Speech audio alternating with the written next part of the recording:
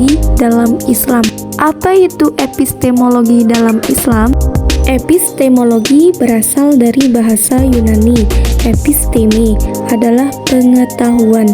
Epistemologi adalah cabang filsafat yang membicarakan mengenai hakikat ilmu. Dan ilmu sebagai proses adalah usaha pemikiran yang sistematik dan metodik untuk menemukan prinsip kebenaran yang terdapat pada suatu objek kajian ilmu. Konsep epistemologi dalam Islam didasarkan pada keyakinan bahwa pengetahuan dapat diperoleh melalui wahyu Tuhan serta melalui observasi, akal sehat, dan pemikiran rasional. Selanjutnya ada aliran pokok dalam epistemologi.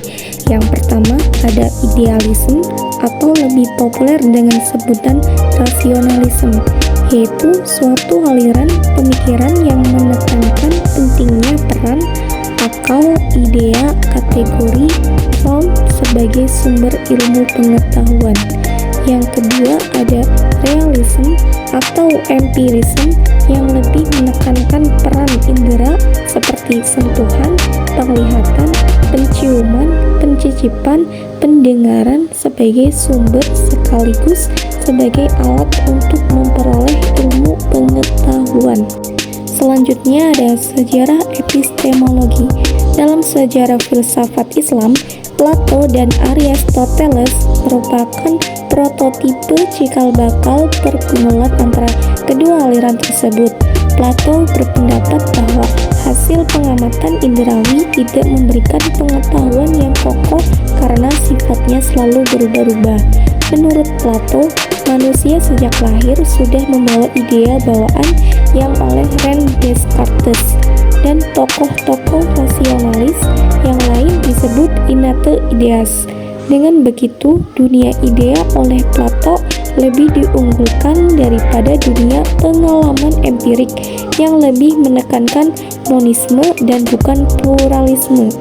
Aristoteles menyanggah teori ini dengan mengatakan bahwa idea-idea bawaan itu tidak ada hukum-hukum dan pemahaman yang bersifat universal, bukan hasil bawaan dari lahir, tapi hukum-hukum dan pemahaman itu dicapai lewat proses panjang pengamatan empirik manusia. Aristoteles menyebut proses itu sebagai proses abstraksi. Dapat dikatakan Plato dan Aristoteles dapat dikatakan di sini bahwa Plato adalah tokoh filosof yang mengingat-ingat idea yang telah dilihat sebelum hidup di dalam dunia, sedangkan Aristoteles adalah figur seorang filsuf yang memperlihatkan dan menekankan pengalaman empiris. Selanjutnya ada tujuan dan hakikat ilmu.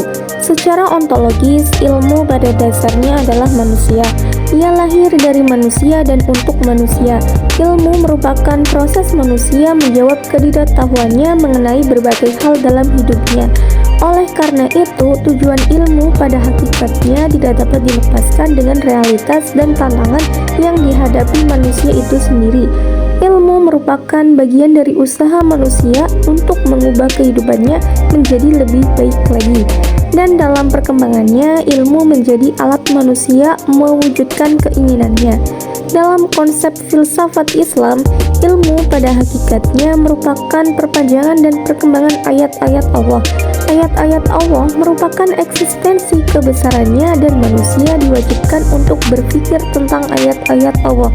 Kebenaran ilmu pada hakikatnya bersifat relatif dan sementara, karena setiap kajian ilmu selalu dipengaruhi oleh pilihan atas fokus yang bersifat parsial, selalu tidak pernah menyeluruh yang meliputi berbagai dimensinya dan dipengaruhi oleh realitas ruang dan waktu yang selalu berubah. Selanjutnya ada sumber dan metode ilmu. Sumber kebenaran atau pengetahuan bisa meliputi intuisi, rasio, dan pengalaman. Wahyu merupakan pengetahuan yang disampaikan Tuhan kepada manusia.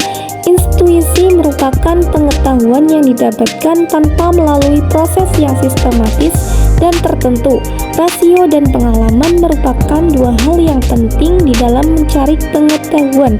setiap objek kajian keilmuan menurut suatu metode yang sesuai dengan objek kajian itu, sehingga metode kajian selalu menyesuaikannya dengan objeknya. Selanjutnya ada hubungan ilmu dengan etika. Hubungan antara ilmu dan etika adalah kompleks dan saling terkait. Ilmu adalah bidang pengetahuan yang berfokus pada pemahaman dan penjelasan objektif tentang dunia fisik dan alam. Ilmu mempelajari fakta-fakta, hukum-hukum, dan prinsip-prinsip yang mendasari fenomena alam. Sedangkan etika berkaitan dengan prinsip-prinsip moral yang memandu perilaku manusia. Etika membahas pertanyaan-pertanyaan tentang apa yang benar dan salah, baik dan buruk, serta bagaimana kita seharusnya bertindak dalam berbagai situasi.